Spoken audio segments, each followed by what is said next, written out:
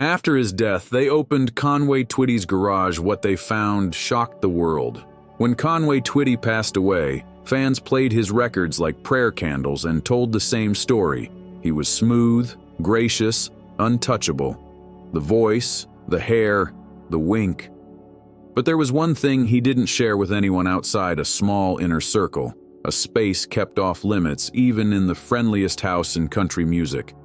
After he was gone, the family turned a key, opened the garage he'd protected for years, and stepped into a room that didn't feel like storage. It felt like a secret he had been curating one quiet night at a time.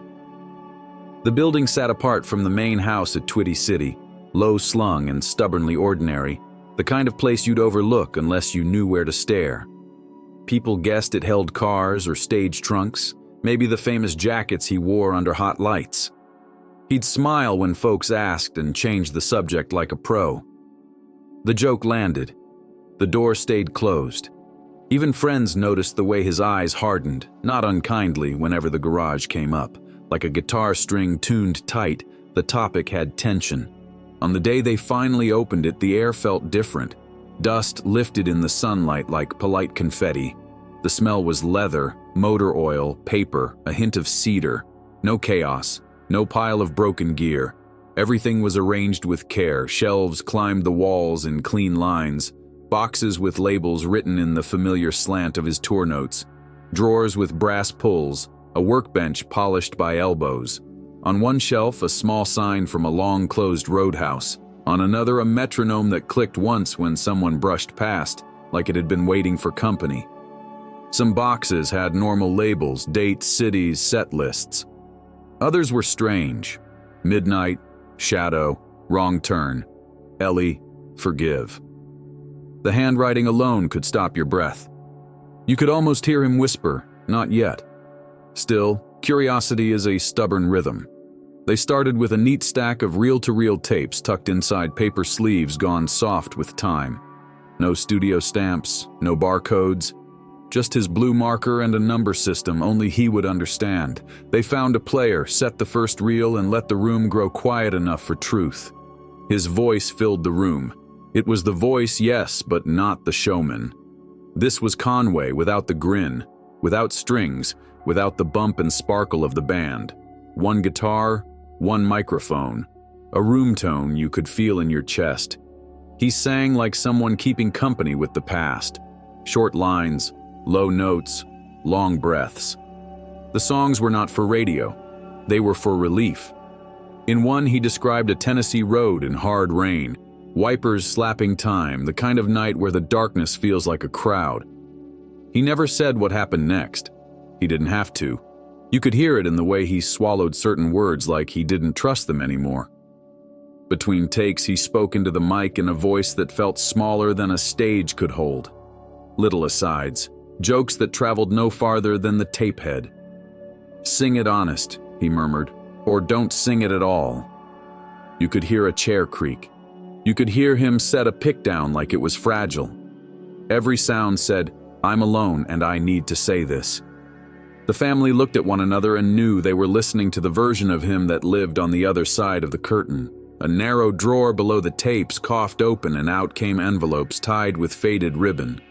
The paper had yellowed at the edges, but the ink still walked across the page like it was late for church. Almost every letter was signed the same way. Ellie, no last name, no address stamped in a corner, just a name and a feeling. The dates ran for decades. The first note was gentle and firm, like a hand on a shoulder that won't move. "You were right not to tell them," she wrote.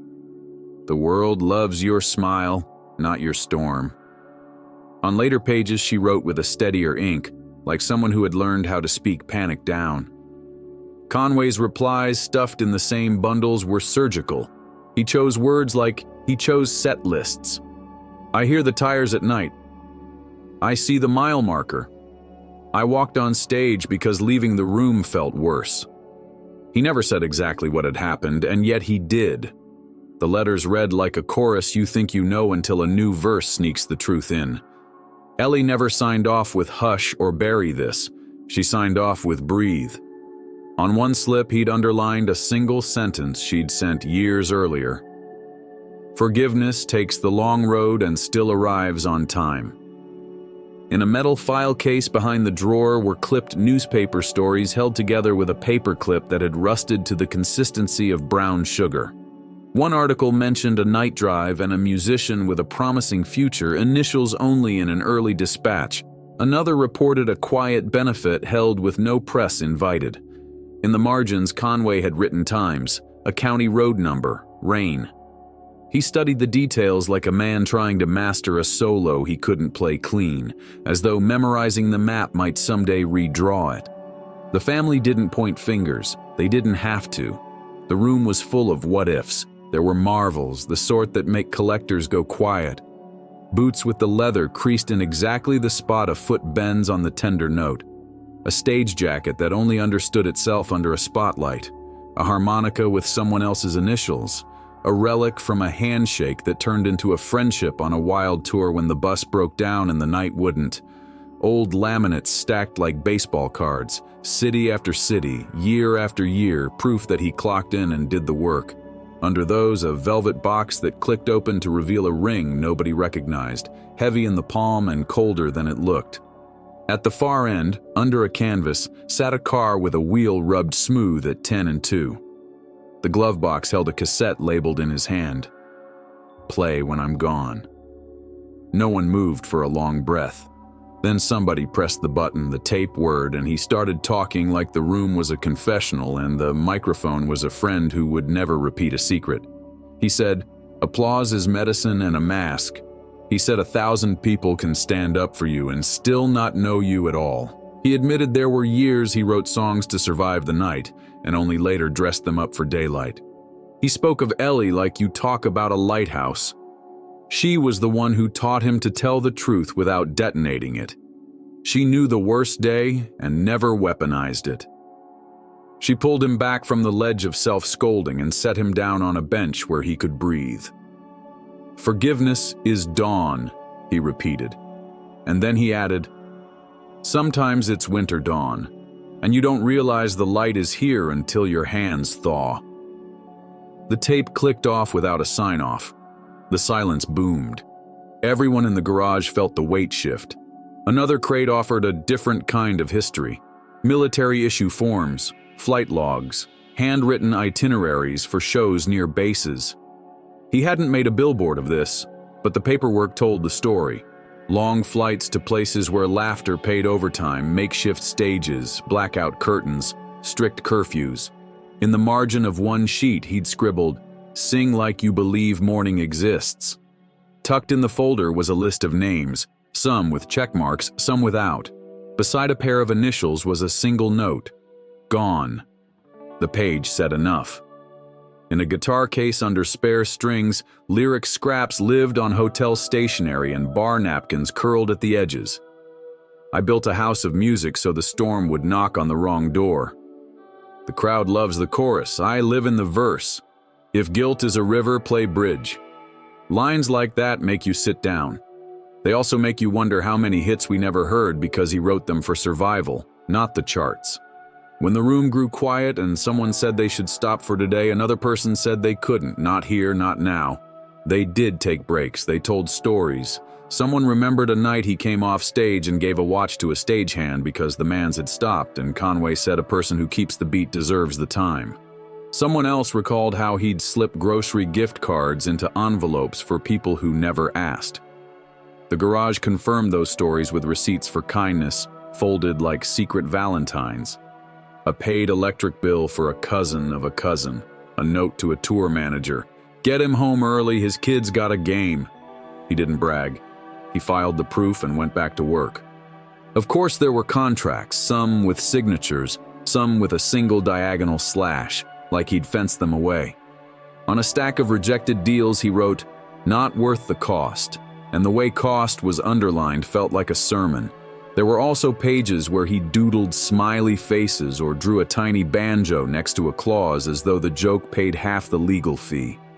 Fame is a negotiation. The garage showed how he kept his soul as the non-negotiable term. Word of the discovery would have made money for someone else. but not for the people who loved him. They didn't throw the doors open for cameras. They didn't turn the room into a roadside attraction. They let the mystery breathe. They kept some things, shared a few, and laid others to rest. Tenderness, not spectacle. Still, rumors crept like ivy. A cousin's friend told a story at a diner. A studio buddy hinted during a fishing trip that there was a tape you wouldn't believe. That's how legends travel, like summer lightning that doesn't hit the ground but still lights up the field. What shocked people most was not a single smoking gun. It was the pattern. A superstar who treated his secrets like songs, arranged, tuned, tucked into the right order so they wouldn't squeal. A man who could sell romance in truckloads and still admit, at least to himself, that the heart can be a reckless driver. A friend who paid for things quiet as a shadow.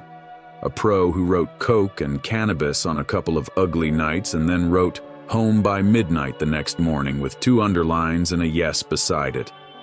Growth is a better headline than gossip, but it rarely makes the front page. There were apologies written to no one, the kind you compose for yourself.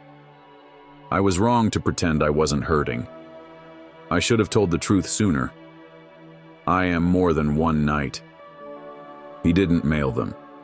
He filed them, maybe that was the point. You don't always have to publish a confession, sometimes you just have to say it where you can hear it. They found a thin notebook with a cover gone soft. Inside, short paragraphs that looked like he'd been practicing for a memoir and then decided the future didn't need that much detail. Crowd in Dallas loud enough to drown my head. Woke up at mile marker I can't forget. Ellie says forgiveness is a room you enter again and again.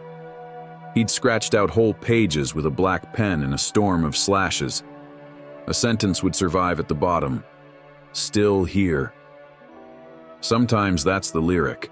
No one found anything that turned him into a villain. That's important to say. The tabloids want blood. The garage held blood pressure. It held the truth of a working man in a shiny job who carried weight and chose not to dump it on the public. He kept a room for the weight. He wrote songs for the weight. He learned how to walk on stage with it and sing anyway. If you've ever done your job on a hard day, you know exactly what that means. It's not hypocrisy, it's endurance with manners. As night fell on that first day, they stood in the doorway and let the room be a room again. Someone switched off the light, and the metronome on the shelf ticked once like a heart answering a question. They would be back. They would not rush. The garage wasn't a breaking news headline to them. It was the rest of the story, the footnotes that make the main text richer, the bridge that changes how you hear the chorus when it returns. What does it change for the rest of us? Maybe it asks us to recalibrate our nostalgia. Those songs you slow dance to in kitchens and VFW halls, they still belong to you. They always will. But now you know the toll booth where some of them were minted. Now you know there was a ledger with symbols and little waves. Now you know there was a voice on a tape saying, "Applause is medicine and a mask." The music didn't come from perfection. It came from a person who kept showing up, who found a way to carry his own storm without making you carry it too. And that, in the end, is why the garage shocked the world. It proved that the distance between a legend and a life is a locked door and a key. It proved that even the brightest voices need a quiet room for their shadows. It suggested, without rubbing our noses in it, that the myths we love are made by people who trip, who ache, who laugh, who write messy letters and draw tidy stars in ledger boxes. If that makes you love the songs more, welcome to the garage. If it makes you uncomfortable, well, honesty has a way of waking the room. When they closed up that evening, the family didn't lock the door like jailers. They shut it like librarians. They knew where everything lived now. They knew which tapes to play and which to hold. They knew that Ellie's letters weren't gossip. They were anchors. They knew that forgiveness had, at last, the pale light of early morning. Not noon, not yet, but dawn. And when they walked outside, the sky over Twitty City looked exactly like the word. The story still travels, picking up DMN-laced footnotes at diners and shit-you-not punchlines on back porches. People add spice. People forget the particular and remember the feeling. That's fine. Feelings keep songs alive. Somewhere out there, a friend of a friend will claim they saw a photograph of a box labeled "Forgive," and maybe they did. Somewhere else, a bandmate will swear he heard a demo that would have been a hit if it hadn't been so honest it made you sit down. Maybe he did. That is how stories breathe. So yes, after his death, they opened the garage. They found music the world never got. Letters from a woman who knew how to carry a man without breaking him. Photographs that told jokes and truths. Contracts that showed a spine. Ledgers that measured days in dots and stars. And artifacts that belonged to the same human you heard through cheap speakers in old cars. The surprise wasn't that he had secrets. The surprise was that the secrets were arranged like a lesson plan in grace. Keep working. Tell the truth you can carry. Write the rest down and file it until you're strong enough to sing it. If you want the neat ending, there isn't one. The garage did not erase the pain that lived there, and it didn't cancel the joy that paid the rent. It set them side by side and let them talk. That's all a good song does. It puts two things together that have no business sharing a page, and then makes them rhyme. The man who did that on stage left a room that did the same off stage. He didn't plan for the whole world to see it, but he left it tidy enough that when the door finally opened, the lesson came through loud. You can still play the records the same way. You can still sing along to the choruses that never age. But maybe, the next time a certain lyric lands like a hand on your shoulder, you'll see a small room smelling of leather and oil and paper. Maybe you'll picture a reel-to-reel rolling at midnight while a man with a famous smile admits something true to a microphone that doesn't judge. Maybe you'll hear Ellie's quiet wisdom in the back of your mind. Forgiveness isn't lightning, it's dawn. And you'll nod because you've seen dawn and you know how it works. That's the shock. Not scandal, not gotcha, not a tabloid trophy. The shock is how ordinary the truth can be and how extraordinary it feels when someone finally says it out loud. Behind the grin, there was a craftsman with a filing system, a friend who remembered, a singer who took care with the fragile parts. He kept a garage so he could keep going. He kept going so the rest of us would have something to hold on to when the night got loud. After his death, they opened Conway Twitty's garage, and the world learned what every good chorus tries to teach. Love is work, regret is heavy, mercy takes practice, and music is the best room we have for all three. When you know that, the hits don't get smaller, they get truer. The man doesn't shrink. He steps forward, and the closed door in your own life, the one you've been avoiding, starts to look like something you can walk through too. That is the real surprise. Not a scandal on a shelf, but a map. And if you were hoping for one last secret, here it is. The metronome on the shelf, it ticked when they left.